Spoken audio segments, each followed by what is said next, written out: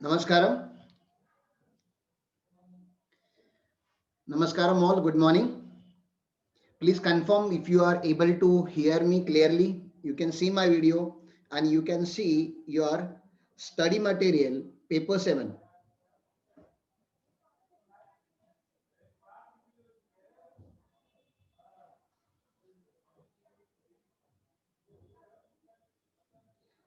So audio, video and presentation, everything is clear. Thank you for confirming, guys. Thank you. So without waiting for, we were expecting 20-25 participant at least, but only few of you have joined and balance student may join during the meeting. But let's not wait for the all. We'll start the session. So today we are having very limited period of time, and in limited period of time, what should I teach you? I cannot start any new chapter. I cannot start any new concept.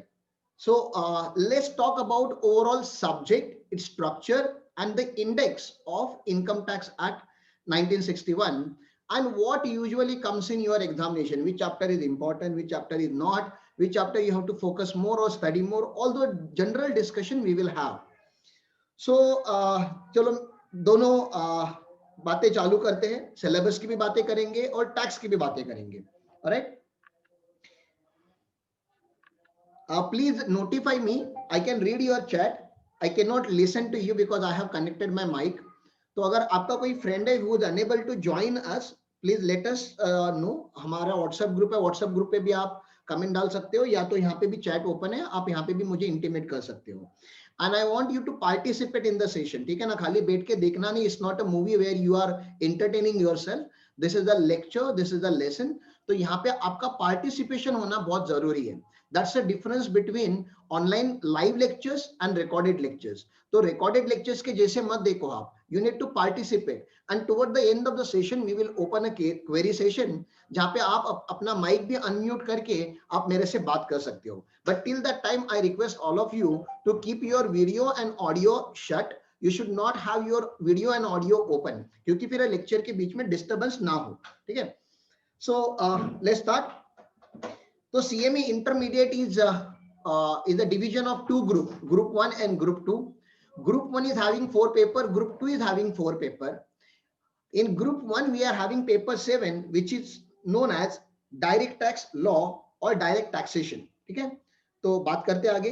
ये study material में कौन सा पढ़ा रहा हूं आपको? Directly your study material given by institute, the institute of cost accountants of India. ये कहां से डाउनलोड करना है? If you are not having a latest copy, तो let me show you that as well. ये आपकी इंस्टीट्यूट का website है. ओके, ये आपकी इंस्टीट्यूट का वेबसाइट है. You go to the student. अब स्टूडेंट पे क्लिक कर दीजिए.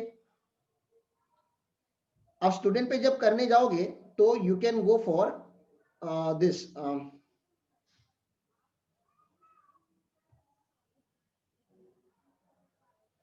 just now this particular e-learning hub.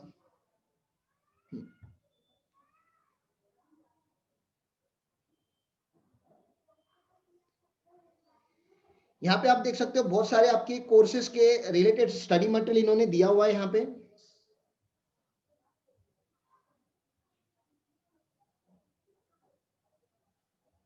गलत जगह पे मैंने क्लिक किया शायद. Just a second, I am on the wrong side. यहाँ पे है.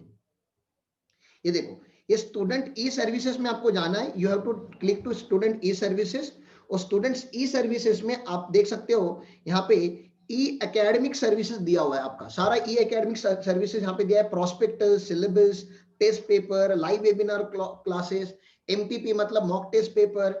आपकी इंस्टीट्यूट हर एक चीज which is relevant for the student. ठीक है ना, उसके ओवरऑल सीएमए इंटरमीडिएट के कोर्स के लिए जितना भी रिलेवेंट चीज है, everything is given on this particular portal. यहाँ पे मैंने स्टडी मटेरियल पे क्लिक किया. ओके, क्लिक हियर करके उन्होंने पॉइंट दिया. देखो ये स्टडी मटेरियल, मैंने यहाँ पे क्लिक किया. अब इसमें 3 टाइप के स्टडी मटेरियल आपको दिखेंगे. फाउंडेशन का material, intermediate and final. Obviously we are discussing about intermediate, तो आपने इंटरमीडिएट पे क्लिक करना है. अभी आप लोगों का जो अटेम्प्ट होगा, ठीक है ना, आप लोगों का जो अटेम्प्ट होगा, अभी मुझे नहीं पता आप में के कुछ स्टूडेंट जो होंगे वो जून 21 अटेम्प्ट के लिए प्रिपेयर हो रहे होंगे. Okay, and there are certain students who would be preparing for December 21 examination. Anyhow this examination is going to happen in 2021 में ये एग्जाम होने वाला है. सो जून 21 के होंगे या दिसंबर 21 के होंगे. So for this people which finance act is applicable, तो let me tell you finance act 20. Sir ये फिनेंस एक्ट क्या होता है, ये बजट 20 है, बजट, ठीक है ना. अभी बजट की बातें फिर से चालू हो गई है. तो आप इकोनॉमिक टाइम्स पढ़ोगे या कोई भी बिजनेस न्यूज चैनल अगर आप देखोगे तो they have already started discussion about budget. लेकिन याद रखो माय डियर फ्रेंड्स, वो जो बजट होगा वो बजट 21 होगा. Budget 21 is not applicable academically to your syllabus. आपको बजट 21 एप्लीकेबल नहीं होगा. तो अगले महीने फेब में, फर्स्ट फेब पे बजट आएगा. तो जब बजट आएगा तो आप लोगों में ना व्हाट्सएप वगैरह, फेसबुक, इंस्टाग्राम पे ना बहुत सारे सर्कुलेशन चलेंगे कि निर्मला सीतारमन ने ये अनाउंसमेंट किया, ये टैक्स रेट अनाउंस हुआ, ऐसा हुआ, ये अमेंडमेंट्स आएंगे. All those would be proposals, वो आप लोगों को एप्लीकेबल नहीं होंगे. तो let me be very clear about it, budget 21 हमें एप्लीकेबल नहीं होगा. You read about it, you learn about it, you should have idea about it, but it is not applicable for your syllabus. Syllabus is based on budget 20 जो last year में announce already हो चुका है. And because of budget 20 आपका direct tax का जो syllabus होता है वो हर साल चेंज होता है. डायरेक्ट टैक्स का जो सिलेबस होता है वो हर साल चेंज होगा.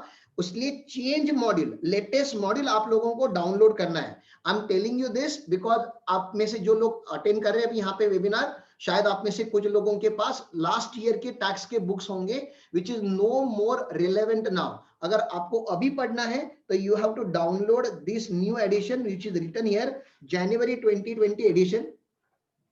दिख रहा नहीं, ये भी पुराना ही है. आपकी इंस्टीट्यूट ने अभी तक नया मॉडल अपलोड नहीं किया हुआ है. They have not uploaded new model. मुझे I thought it is January 21, लेकिन ये January 21 नहीं है. इस जनवरी या फेब मंथ में आपका एक इंस्टीट्यूट नया मॉडल लेकर आएगा. That model you will see here. जब तक वो मॉडल नहीं आता तब तक वो आपका स्टडी मटेरियल नहीं बनेगा. Okay, so for time being I will teach you. बेजोर कंटेंट वही है लेकिन जो टैक्स के रेट्स हैं and all they get change. तो आपको नए मटेरियल से पढ़ना है. Let us follow the existing material which is given by your institute. अभी सिलेबस की बातें करेंगे. तो एक बात तो मैंने आपको क्लियर कर ली, इसके बाद जनवरी 20 के बाद जो रिवीजन आएगा वो वाला स्टडी मटेरियल आपको एप्लीकेबल होगा. CME institute usually takes time to publish a new material. By the time अगर आपको लेटेस्ट मटेरियल पढ़ना ही है तो you can download a latest material from CA module. CA module आ चुकी है, लास्ट मंथ में उन्होंने लॉन्च कर दिए. सर वो क्लासेस का नोट्स वगैरह प्रोवाइड किया जाएगा. Yes, that will be provided during the lecture. You don't have to be worried about it. You don't have to purchase anything. Everything will be provided here. Okay, चलो, तो हमारा syllabus कैसा divide हुआ है sir? What is our syllabus? तो सबसे पहले तो डायरेक्ट टैक्स पेपर जो है वो आपका 100 मार्क का है. ओके, डायरेक्ट टैक्स जो पेपर है आपका कितने मार्क्स का मैंने बता दिया आपको, 100 मार्क्स का आपका डायरेक्ट टैक्स का पेपर है. 100 मार्क्स का सर डिवीजन कैसे हुआ है? तो बेसिक्स कॉन्सेप्ट्स को 10% मार्क्स अलोकेट किए गए हैं. Heads of income, computation of tax liability, आप देख सकते हो मेजर कंटेंट है. मेजर कंटेंट को 70% मार्क्स दिए गए हैं. And tax management, tax administration, tax procedure, income tax की प्रोसीजर क्या होती है, एंड ICDS करके कुछ है हमारे यहाँ पे, income computational and disclosure standard, उसका एक 20% है. इसकी हम बातें डिटेल में करेंगे अभी हम जब सिलेबस में जाएंगे तो. So this paper will be of 3 hours. आपको 3 घंटे का टाइम मिला जाएगा. इसमें जब रिटर्न पेपर चालू होंगे, अभी तो कोविड-19 की वजह से जो पेपर था वो ऑनलाइन हुआ था, मल्टीपल चॉइस क्वेश्चन में हुआ था. अज्यूमिंग कि जून 21 तक सारी चीजें नॉर्मलाइज हो जाएंगी, और अगर नॉर्मलाइज हो जाएगी तो आपका पेपर जो होगा that will be a combination of multiple choice question and theory part. वो कॉम्बिनेशन वहां पे आपको देखने मिलेगा. लर्निंग ऑब्जेक्टिव वगैरह पढ़ने की जरूरत नहीं है. Now let's start with the syllabus. Sir introduction to income tax act, इसकी बातें मैं आपको पहले डिटेल में करके चलता हूं. यहाँ पे जो जो उन्होंने लिखा है ना वो बातें आपको मैं डिटेल में बताता हूं. Today's target is to introduce the subject to you. I am not teaching anything, so don't worry about it कि मैंने बहुत कुछ पढ़ा दिया अभी आपका मिस हो गया. नहीं, I am just talking general sense कि जनरली आपको इनकम टैक्स जब आप चालू करते तो what all knowledge you need to have. सबसे पहला क्वेश्चन आप लोगों को पढ़ाने से पहले, इनकम टैक्स एक्ट जो है ये सेंट्रल गवर्नमेंट चार्ज करता है या state government? Majority of you are already graduate student, some of you have written the attempt, some of you are CA student. You can please reply, income tax कौन charge करता है, central government या state government? This is my first question to all of you. Central. You cannot talk, Pradeep. I can't hear you because I have connected mic so that you can hear me very well. तो आपको type करना है. Who charges income tax? Central government या state government? Please tell me.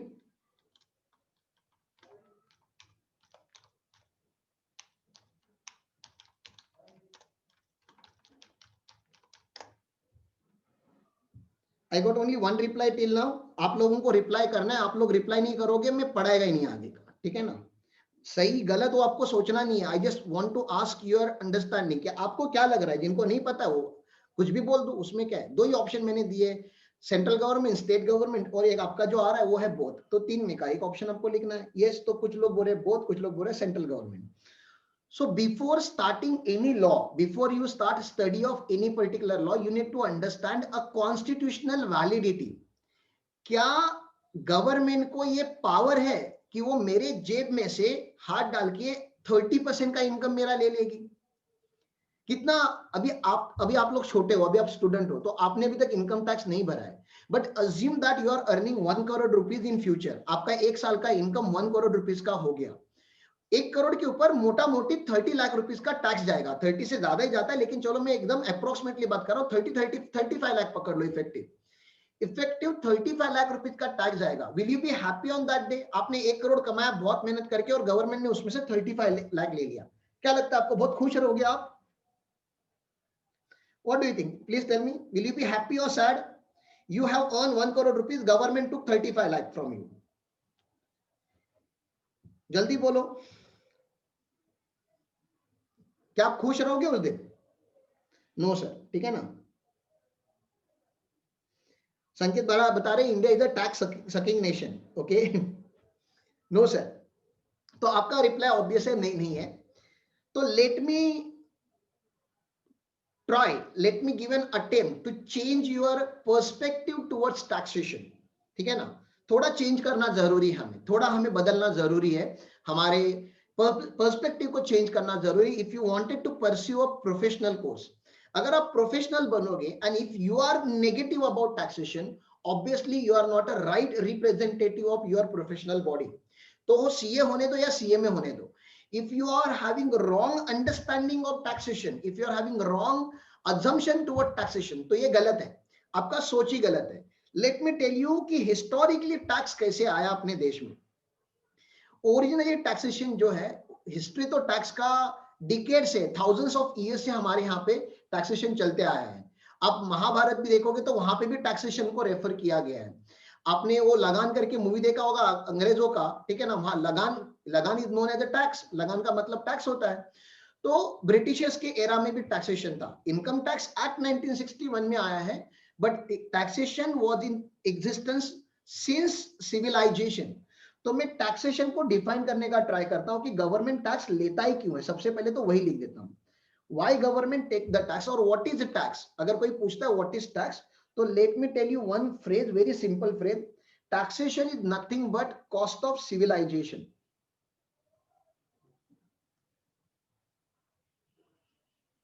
Cost of civilization. आप एक civilised society में रहते हो, therefore you have to take responsibility of taxes. It's not your choice. ये आपको गवर्नमेंट ने चॉइस नहीं दिया हुआ है कि टैक्स मर्जी करेगी तो टैक्स भर देना, नहीं करेगी तो मत भरना. डोनेशन नहीं दे रहे हो तुम, गवर्नमेंट के ऊपर उपकार नहीं कर रहे हो. इन अदर वे टैक्स भरना आपकी रिस्पॉन्सिबिलिटी में आता है. सर क्यों रिस्पॉन्सिबिलिटी में आता है? क्योंकि एक जमाने में जब राजा महाराजा हुआ करते थे, अपने यहाँ पे किंग्स थे, रूलर्स थे, उनका एक किंगडम हुआ करता था, एक पर्टिकुलर एरिया होता था. अब उस एरिया को मैनेज करने के लिए टैक्सेशन इंट्रोड्यूस किया जाता था. जैसे पकड़ लो, अगर मैं राजा हूं और मेरे यहाँ पे एक 10 villages falls under my jurisdiction की, चलो ये मेरे 10 गांव है. अब राजा महाराजाओं के टाइम में क्या होता था कि बाजू से कहीं ना कहीं से तो अटैक होता था टू लूट. वो लूटते थे एक दूसरे को. ठीक है ना? यहां से वहां अटैक, वहां से यहां अटैक. तो राजा का सबसे बेसिक रिस्पॉन्सिबिलिटी था security, safety and security, law and order maintain करना अपने किंगडम में. उसका बेसिक एजेंडा वही रहता था कि कोई अटैक ना करे हमारे ऊपर, और अगर हमें कहीं अटैक करना हो तो हम उसके ऊपर अटैक करें। तो डिफेंस आज की तारीख में जो हम डिफेंस ऑफ इंडिया बोलते हैं, मिलिट्री जो बोलते हैं, वो राजाओं के पास हुआ करती थी। Now to provide you protection they used to charge some amount of tax.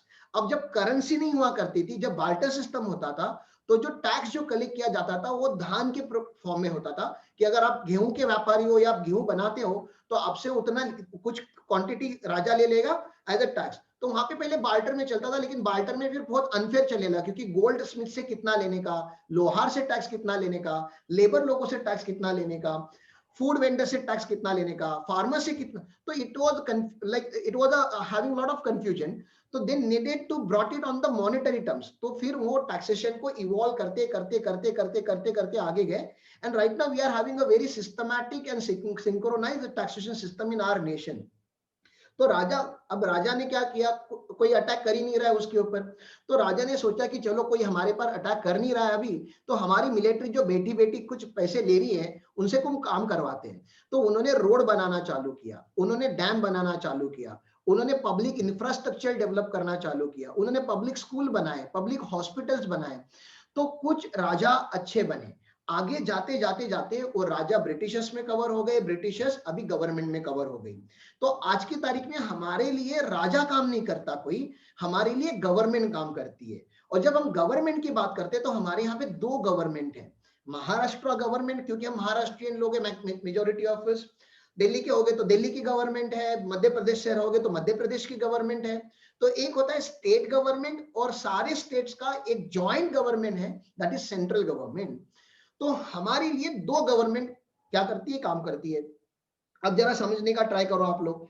There are two governments who is working for us. अब जब दो गवर्नमेंट हमारे लिए काम कर रही है, तो don't you think it is an responsibility of both the government to provide facilities to the citizens of their jurisdictional area। जब महाराष्ट्र के लोगों के लिए, फिर उनके लिए रोड बनाना, water supply, food supply system. अभी कोविड हुआ था तो हॉस्पिटलाइजेशन की रिक्वायरमेंट बढ़ गई थी। आपने देखा होगा, मैं आपको अलग अलग एग्जांपल देता हूं। आपने हाईवेज पे ऑब्जर्व किया होगा, कुछ हाईवेज जो होते हैं वो एसएच होते हैं, एसएच, ऐसा एसएच से नंबर होता है, एसएच 47, एसएच 55, तो ऐसा था एसएच। और कुछ हाईवे जो होते हैं एनएच, NH4, NH8, NH12, ऐसा आपने देखा होगा। अब एसएच मतलब क्या होता है, स्टेट हाईवेज, ये स्टेट गवर्नमेंट के फाइनेंस से बनती है।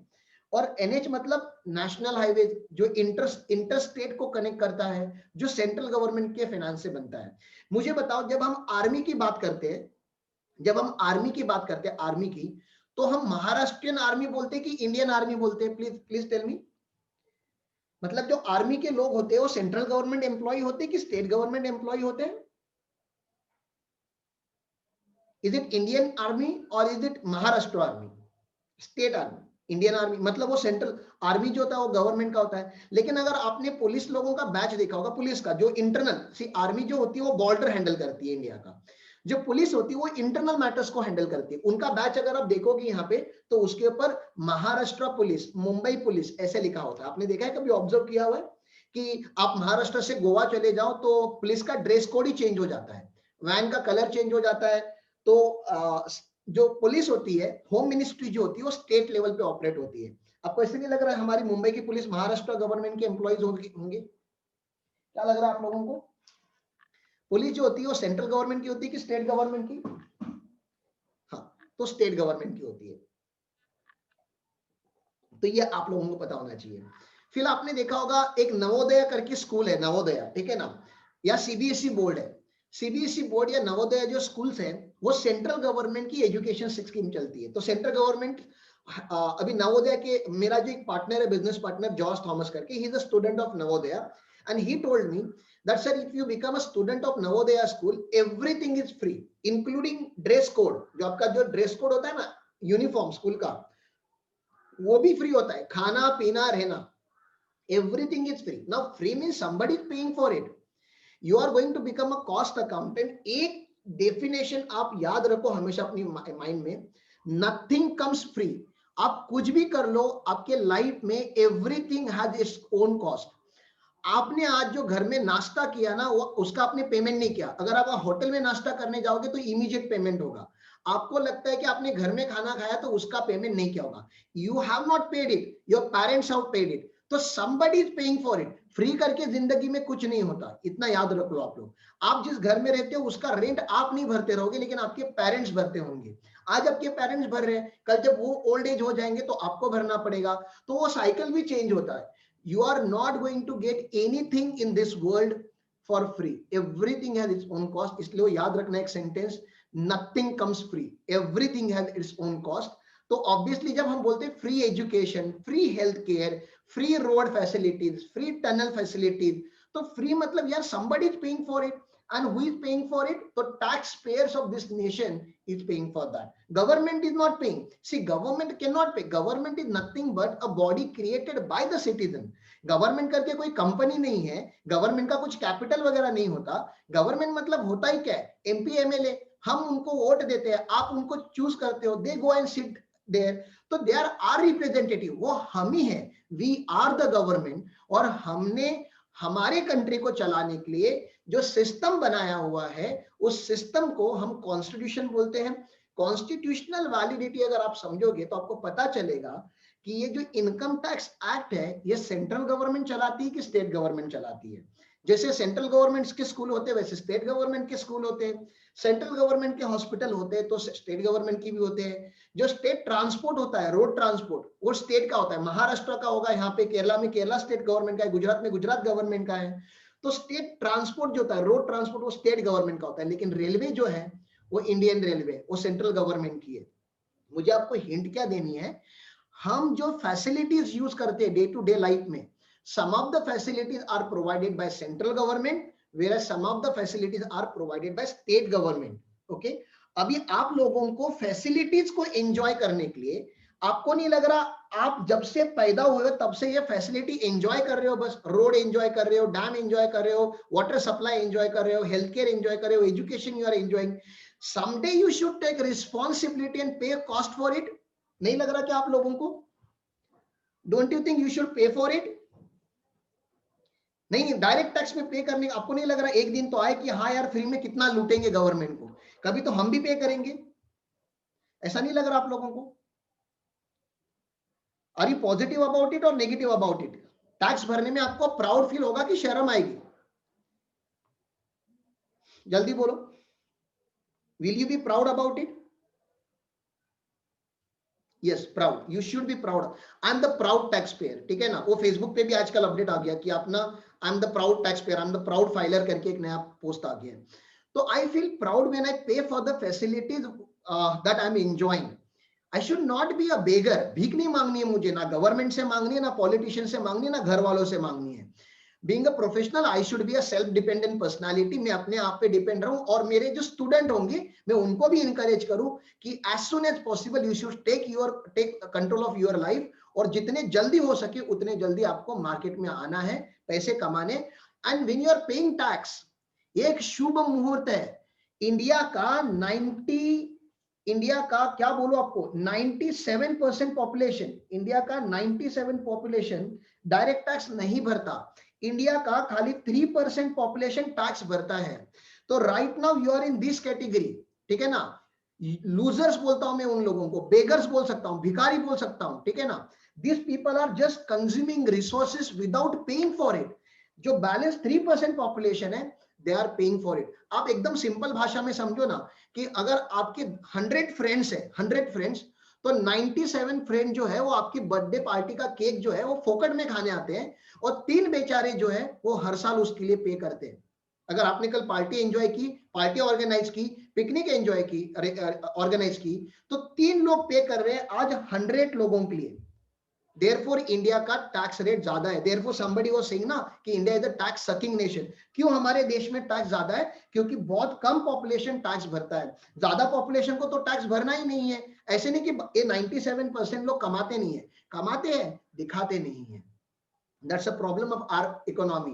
Black economy is much more stronger than white economy. White economy मतलब व्हाइट का पैसा, दिखाने वाला पैसा लोगों के पास कम होता है और होने वाला पैसा लोगों के पास ज्यादा होता है। आई एम श्योर कि आप लोगों के पास ना व्हाइट है ना ब्लैक है, तो वो टाइम आएगा, अभी आप लोगों जब इंडस्ट्री में काम करना चालू करोगे तब आपके पास ऑप्शन आएगा कि whether you wanted to earn in white और whether you wanted to earn in black. White और ब्लैक का एक ही फर्क है, व्हाइट मतलब tax paid money and black मतलब अनटैक्स्ड मनी, आपने उसके ऊपर टैक्स नहीं भरा है। बाकी गांधी जी का नोट तो ऐसा ही होता है, गांधी जी व्हाइट गांधी जी ब्लैक गांधी जी नहीं होता, कलर वही होते हैं नोट के, खाली एक टैक्स पेड होता है और एक अनटैक्स होता है। तो sir should we pay tax in India, तो answer is yes, we must pay tax in India to the best of our capacity, और you should feel proud about it, क्योंकि we are living in a civilize society. Sir मुझे नहीं भरना है tax, आप जो भी बोलो मुझे टैक्स भरना ही नहीं है, ठीक है ना, तो भैया आप जंगल में जाके रहो, जंगल में कोई टैक्स नहीं होता। You should not use public road, public infrastructure, public hospital, public food chain, ration card से राशन लेना बंद कर दो, अपने बच्चों को गवर्नमेंट स्कूल में भेजना बंद कर दो, पब्लिक ट्रांसपोर्ट यूज मत करो, पानी जो है किसी कुएं का खोद के खुद पीना, अलग से आपको वाटर सप्लाई नहीं मिलेगा। तो if you are ready to do that, nobody is going to come to forest and collect tax from you. लेकिन अगर आपको इस नेशन में रहना है which is providing you so many facilities, obviously you must be paying for it, and I'm proud of you that one day you will become a professional and definitely you will become a member of a taxpayers community which is very minor community in India। आज की तारीख में approximately 5 से 6 करोड़ लोग tax पे करते हैं, वो भी निग्लिजिमेंट अमाउंट पे करने वाले उसमें भी 2 करोड़ है, तो मोटा मोटी 4 करोड़ लोग की टैक्स पे करते हैं इंडिया में। 4 करोड़ लोग पे कर रहे हैं टैक्स, मतलब मैं डायरेक्ट टैक्स की बात कर रहा हूं, I am not talking about GST, I am talking about direct tax. Direct tax जो है, इनकम टैक्स जो है, only 4 crore tax payers are there in India. We wanted to increase the tax base. जिस दिन टैक्स बेस बढ़ जाएगा, जिस दिन टैक्स पेयर का बेस बढ़ जाएगा, जब जब ज्यादा लोग टैक्स भरना चालू करेंगे तो देश का टैक्स रेट कम हो जाएगा, ठीक है ना, तो हमारे देश का जो नाम खराब है ना, तो जिस दिन टैक्स का बेस बढ़ेगा उस दिन टैक्स का रेट कम होगा। टैक्स का बेस बढ़ाने की रिस्पॉन्सिबिलिटी आपकी और मेरी इक्वली है। तो हमारे ऑफिस में जब कोई भी क्लाइंट आता है ना, हम बोलते हैं सर चलो ठीक है 50,000 नहीं, कम से कम 5,000 तो भर दो सर, कुछ तो भर दो गवर्नमेंट के लिए। आप जीरो टैक्स पेयर मत बनो, you should pay at least some amount of tax. इतना तो हम कम से कम एडवाइजरी हम हमारे क्लाइंट्स को देते हैं, फ्यूचर में आप लोगों को भी देनी है। तो ये मैंने एक बेसिक बात आपको बता दी। अच्छा, लास्ट के 4 मिनट बचे मीटिंग के लिए, मैं आपको एक बात बता दूं, लास्ट के 4 मिनट जब लॉग आउट हो जाएगा, with in 5 minutes everybody should log in. 5 minute का ही मैं आपको टाइम दूंगा, जैसे अभी लॉग आउट होगा 11:40 को, तो next session will start at 11:45, तो जल्दी से जल्दी आपको लॉग इन करना होता है। चलो हमारी बातें करते हैं कि सेंट्रल गवर्नमेंट ये टैक्स को चार्ज करती है कि स्टेट गवर्नमेंट। तो ये समझने के लिए गवर्नमेंट क्या है वही समझने के लिए आपको कॉन्स्टिट्यूशन समझना है। कॉन्स्टिट्यूशन ऑफ इंडिया को बोला जाता है भारतीय संविधान। भारतीय संविधान में जब तक ये लिखा नहीं जाता कि हाँ गवर्नमेंट को ये पावर है करने का, तब तक गवर्नमेंट को कर ही नहीं सकती। सर गवर्नमेंट को किसने पावर दी मुझसे टैक्स लेने की, तो गवर्नमेंट को हमने पावर दी है through constitution of India. Constitution of India, और क्योंकि ये कॉन्स्टिट्यूशन ऑफ इंडिया में लिखा गया है and you are a Indian citizen living in India, you can not run away from the constitutional provision. तो constitution of India is very big document my dear friends, is a very big document. And इस document में ना क्या किया गया है, 448 articles है, preamble है और 12 शेड्यूल है, बहुत बड़ा डॉक्यूमेंट है। तो कॉन्स्टिट्यूशन ऑफ इंडिया में एग्जैक्टली कहां लिखा है मैं वो बता देता हूं आपको। कॉन्स्टिट्यूशन ऑफ इंडिया के आर्टिकल 246 में ये लिखा गया है, आर्टिकल 246 में ये लिखा गया है कि कुछ कुछ टैक्स होते हैं जिसको लेवी करने का पावर सेंट्रल गवर्नमेंट के पास होता है, कुछ कुछ टैक्स ऐसे होते हैं जिनको लेवी करने का पावर स्टेट गवर्नमेंट के पास होता है, कुछ कुछ टैक्स ऐसे होते हैं जिसको लेवी करने का power central government plus state government के पास होता है। Central government plus state government के पास ये पावर होता है। अब जब मैं सेंट्रल गवर्नमेंट बोलता हूं तो प्लीज अंडरस्टैंड करो, मैं मोदी अंकल की बात नहीं कर रहा, मैं बीजेपी की बात नहीं कर रहा, मैं पार्लियामेंट की बात कर रहा हूं। तो कुछ कुछ टैक्स जो होते हैं वो पार्लियामेंट में लगेंगे।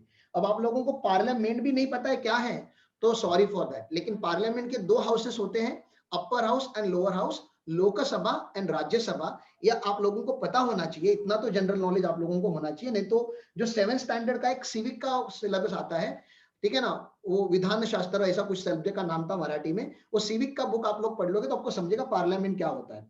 प्रेसिडेंट होता है, प्राइम मिनिस्टर होता है, मिनिस्ट्रीज होती है, उसको पार्लियामेंट हम बोलते हैं। स्टेट गवर्नमेंट का स्टेट लेजिस्लेचर होते हैं, स्टेट लेजिस्लेटिव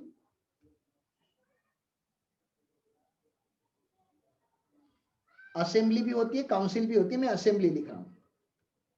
आपने इतना तो सुना ही होगा, ये पर्टिकुलर पर्सन एमपी है, एमपी मतलब मेंबर ऑफ पार्लियामेंट, मतलब सेंट्रल गवर्नमेंट। और किसी किसी का नाम आपने सुना होगा, ये एमएलए है, एमएलए मतलब मेंबर ऑफ लेजिस्लेटिव असेंबली। हमारे महाराष्ट्र का member of state legislative assembly Churchgate में है, ठीक है, जिसको विधानसभा हम बोलते हैं। कभी आपने गए होंगे चर्चगेट साइड तो आपने देखा होगा विधानसभा। बैंगलोर में ये विधान सौदा के नाम से है, जाना जाता है। केरला में इसको नियम सभा बोलते हैं। तो ऐसे अलग अलग स्टेट में अलग अलग नाम है। और कुछ टैक्स होते हैं जो सेंट्रल गवर्नमेंट और स्टेट गवर्नमेंट लगाती है। आर्टिकल 245 के 7th शेड्यूल में ये बाइफर्केशन दिया गया है। ये कहां पे बाइफर्केशन दिया गया है? 7th शेड्यूल में। मैं आपको डिटेल में नहीं बढ़ा सकता, इतना टाइम नहीं है मेरे पास। 7th शेड्यूल में, उसके 7th शेड्यूल के एंट्री नंबर 82 पे इनकम टैक्स लिखा गया है, ठीक है ना। ये भी लॉग आउट हो जाएगा। Let me start this discussion again, नहीं तो मैं बोल के कुछ मतलब नहीं है, ये लॉग आउट होगा। Let's connect at 11:45, please connect at 11:45।